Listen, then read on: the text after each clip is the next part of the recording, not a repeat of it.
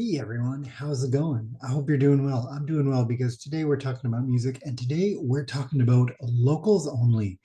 This is a show idea I've had for a little while where I want to highlight kind of the local bands that it's hard to find info about them online. And I just really enjoy hearing about local bands from other parts of the world, of the country.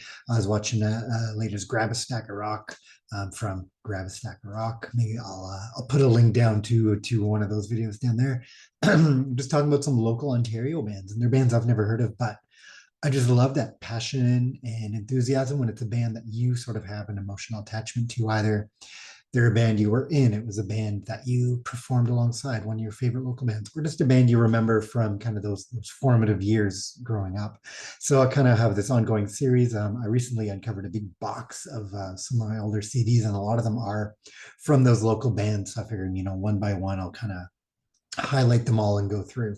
So the first one I want to talk about is the only release, the only EP. They would also appear on a compilation from local band Victoria, British Columbia, the Raygun. This is their EP right here. We have to show off every part of it for prosperity's sakes, right? Right. And there's your track listing there. Go through, show off the inside as well. Cardboard sleeve. There we go. So we'll go through. I found the listing online of who's in the band, but I like the additional aspects of what we have. So who was in the Raygun? Formed in 2004. We have Xavier Ames, who does vocals and hair shaking. Saw them live a few times. I can attest to the hair shaking. Killian Backman. Apologies if I get the names wrong. They were a bit older than me. I don't know them. I didn't know them. Killian Backman on keys, backup vocals, and secondhand fashion. Mike Baker on guitar and rock and roll bloodstains. Ben Godfrey on drums and mass sex appeal. And Jason Webster, bass keys and cheekbone duty. There we go. I'll read off the other bits because I do like what they've got in here. So the Raygun started in July 2004 and has no intention of stopping until the whole world agrees that rock and roll is the only way out. This band would break up in 2005. So it depends how you look on it. Maybe they broke up before that mission, but maybe it just took a year. Like maybe they put this out and then everyone in the world heard this and they're like, yeah, okay, cool. We mission accomplished. Good job. You don't need to be here. But there we go. So special thanks to Christian Stonehouse, Randy and Denise Bachman, the 50/50, and Dwayne DeBolt. Dwayne, I know from running, what was that? A screen printing shop.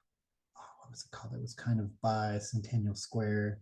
I don't recall what it was called, but did lots of cool screen printing and other stuff as well. 50/50 was the 50/50, it's still around, 50/50 Arts Collective. It was more of an art space, but they did live shows there more frequently than they do now. That's more frequently where I saw them. I was underage when this band was active, so I saw them at their all ages venues and shows. And 50/50 was where they played most of the time. Definitely, yeah, a real artsy space, kind of, just out of high school into the mid-20s era. If there was a guy who's going to convince a woman that being poly is good because he wants to be trash and drink bottles of red wine, that was the venue to do it at. I wanted to say, and this would be the soundtrack, but that sounds horrible. That's not true at all. This is a great band. I love them. I remember the first time I saw them, I actually bought this. The first time I saw them, I was like, I need this. So we got 1, 2, 3, 4. We got 6 tracks on this EP. They're all great. I think Rock and Roll is the Only Way Out is my favorite. And Atlantic, it's like a slow ballad. So what do they sound like? They're synthy, janky, broken, fuzzy, distorted art pop. It fits in with sort of the more energetic indie rock of that period, the early 2000s, specifically taking that into the more heavier dance punk aspect. Yeah, dance punk from that time period mixed with that sort of New York vibe of that period. That's what Get On here. And I've been looking online. You can find, where this band existed, where they played. I did find a list of kind of the other related projects from the group. So you've got Beasts and Super Beasts, Bright Young Things, and Les Monstres Terribles. This is West Coast of Canada. We're not pronouncing it that way. It's just Les Monstres Terribles, whatever. And you could do get a breakdown of who was in that band. They were also on a compilation for Ard Records, which I totally forgot about until I was doing some research for this. But they were a record label that did for a lot of the indie rock of that period locally on the West Coast. That's what they were putting out. So they do have a track on that. In fact, why don't we together internet annual year one? Let's see, in 2006. So the band wasn't even around at that point. But what track was on here? Atlantic. Good choice. Good choice. But there we go. This is just a short video. I want to talk about some bands that meant a lot to me coming up with music and just add more. So when people are looking online to see if anything's out there, they've got this. So there we go. Shot up once again. I mean, very simple packaging, but really evocative too for the music. If you remember that music.